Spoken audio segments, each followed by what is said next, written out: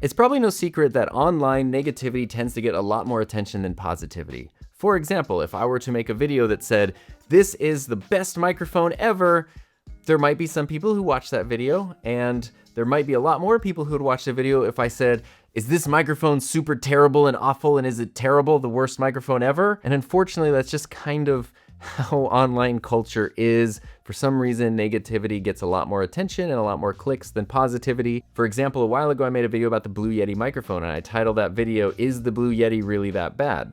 That is more of a negative-ish title, but the purpose of the video was to address that question. It has gotten a reputation as being a really bad microphone. I wanted to take an in-depth look at it, at its history over the years, do some comparisons, do some tests to see if it really is that bad. And the conclusion, of course, is that no, it's fine.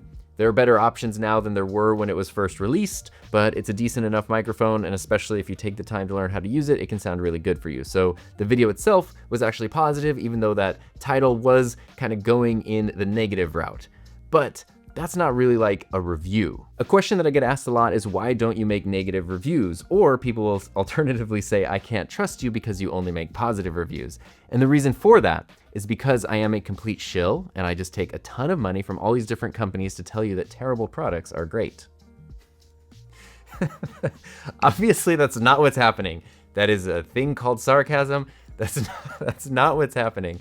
The reason that I tend not to make negative reviews, when I do a review on a product, I do like to point out problems with it or things that I don't particularly like about it, but I also try to keep in mind what the product is intended to be and what it's actually supposed to do. If there's something like a $300 HDMI switcher and it doesn't have 8 full 4K inputs and all this processing and scenes and a giant touch screen, you know, like, I'm not gonna say that that's bad because that's not what it's intended to do. So I try to look at what the thing is intended to be, how close it comes to hitting that mark or not hitting it or exceeding it. I also try to look at who the product is intended for. So for example, this Rode Wireless Micro here, I did a video comparison with this and the DJI and the Hollyland recently, and the Rode overall kind of came in third place with those ones because it's one of the more expensive units, but it also has the fewest features compared to the other ones.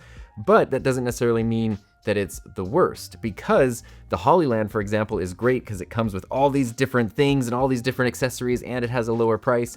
But if you're somebody who's never going to use any of those things, if you're never going to connect this to a camera and you're only going to use it with a phone, who cares if another system has all that stuff? You might want the super simple, super compact, best build quality version rather than just the one that comes with the most stuff. So, you know, for someone who's just using a microphone with their phone or maybe their computer and they just want small, simple, and really well built, well, then the Rode Wireless Micro suddenly becomes a much better and more viable choice. So it's rarely ever just a black and white answer. But if you want to know why I typically do not do negative reviews, the answer is very simple, and that is, if something sucks, I don't want to spend my time with it. When I make a review on something, I like it ideally to be something that fits into my workflow and that I use regularly. So I don't want to use something that sucks because that would make my day-to-day life worse. I like to use things that are awesome and that I'm excited about, and I like to share that excitement because it's a lot more fun than sharing negativity, at least to me. It is. And even if there's something that doesn't necessarily fit into my workflow, but I think could be useful or interesting to others, then I like to share that. When I'm making reviews and videos, they take a lot of time. It's a lot of hours to spend with a thing, to use it, to try it, to test it, to figure it out, to fit it into a workflow, then to make the video on it, edit the video. And if something is terrible, there's just a lot of hours that I'm choosing to spend on something that's awful and that I don't like, and I just don't want to do that. I have no interest in doing that, and I feel like that's probably not the path to like long-term happiness overall. So in general, that's why I don't make negative reviews. If something sucks, I just don't want to spend a lot of my time with something that sucks. The exception to that would be if I were to see something that is, it's almost like the review would be a public service announcement. It's something that I see as being hurtful to people or a scam or something along those lines, which has rarely happened. The one example I can think of was from 2018, so a very long time ago. I got this Benro Travel Angel tripod, which I still have. I use it all the time. It works great, even though it's many years old and was not crazy expensive. I got this right around the same time that Peak Design originally released their super compact little tripod, and I think that's a great tripod. I'm not saying it isn't, but when that tripod was released, it's pretty expensive, especially the carbon fiber version was like $500 or $600.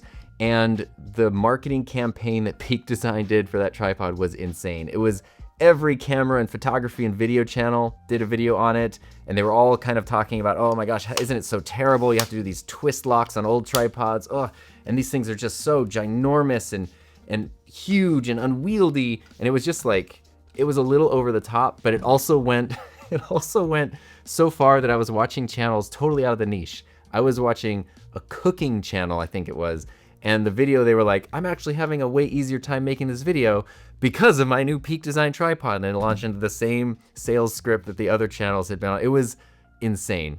And there's nothing wrong with a company marketing a product when it comes out, but my concern there was that was really one of the first times that ultra compact tripods had become visible to a lot of people, especially back in 2018, where a lot of people were diving into the world of video production and content creation for the first time, and they hadn't really thought about these things. And so a lot of people, I worried, were being misled to thinking that if you want a good compact tripod, you have to spend $400, $500, $600. Now this tripod, this is aluminum. I think there is a carbon fiber version, but this one's just aluminum. I don't even think they make this exact model anymore, but tripods like this are not hard to find. This is pretty compact. I have taken this on many trips. I've taken it on planes. I've traveled with it. It's not hard to travel with. It's a very good, very well-built tripod, and it costs about $150. So back then I made a video that was called like, ignore the Peak Design hype, get this tripod instead. And that was about as close to a negative review as I would get, because not that the Peak Design was bad, but I was worried that people were going to think that the only way they could get a good compact tripod was to spend that amount of money, and it's just not true. And then the Peak Design is also so small and compact that there are some usability compromises you have to make that they aren't really covering in those reviews because they're just focusing on the small size. So there are actually benefits to getting a slightly larger tripod, in addition to it being cheaper, and I just wanted to make sure that people knew that. Now, anytime a company does send something to me at no cost, I've talked about this before, I do have an entire ethics statement on my website. That's the first thing that any company, any brand sees before we ever do anything together, whether that's sending a free product, doing a sponsored video, whatever. If something is sent to me for free, it never, ever, ever guarantees that I'll make a video on it, ever. I will always be open to giving feedback to the company though. So if somebody sends something to me for free, and I don't want to make a video on it, or I do think it's bad or it has some problems, I'm always happy to give feedback to the company and share my experience with them. Most of the time I found, at least the companies I've worked with, that's kind of the main thing they're looking for, is they really want user feedback and like kind of specific feedback and testing and stuff. And I think that's really cool, and then they can use that to improve the product. Sometimes companies do send stuff and I don't make a video on it, and then they don't send stuff anymore, and that is completely fine. I have no problem with that. I'm not trying to just get a bunch of free stuff from different companies. Most companies are, at least the ones I've worked with, because I've gone through that ethics statement thing, they've all been really upstanding and kind of awesome partners to work with. There are times though where a company will send something that I don't like or I don't think is great, and instead of just making a video trashing it, I usually just talk to them about it. I give them that feedback. I say why I don't like something. Sometimes I'll just send it back to them. If they don't want it back, then I usually try to find a different home for it, because sometimes things just, it's not even that the thing itself is bad, it just doesn't work for me. So maybe there's somebody else who fits great into their workflow, and then they can have it and they can use it and that kind of stuff. So I try to make sure everything either gets used in my workflow regularly or finds a good home somewhere else where it will be used. But at the core of it, in general, the reason I don't make negative reviews is because I like spending my time with stuff that I'm really excited about. I've always loved cameras and microphones and gear and those kind of things like my whole life. And I like being excited about that. I like sharing that excitement with others, and I like other people sharing their excitement about that stuff with me. And that's kind of the magic of this platform, the magic of the internet, is being able to do that. And so that's where I like to spend my time. I like making those videos. I like having those conversations, not just trashing something, not just saying something sucks to get clicks, or making a big deal out of a small issue that maybe isn't really the biggest deal in the world, but I blow it out of proportion because I know it's going to go to a whole bunch of clicks and things on YouTube. Of course, I do like to point out, flaws or issues in something, or just things to be aware of. It doesn't mean that every review is 100% positive. Like, very rarely is something perfect, but at the same time, just because something isn't 100% perfect, flawless, in every scenario doesn't mean that it's not a good product, doesn't mean that it's not a good fit for some people, doesn't mean that I can't like it or won't like it. So a lot of it just comes down to personal preference, personal needs, personal workflow.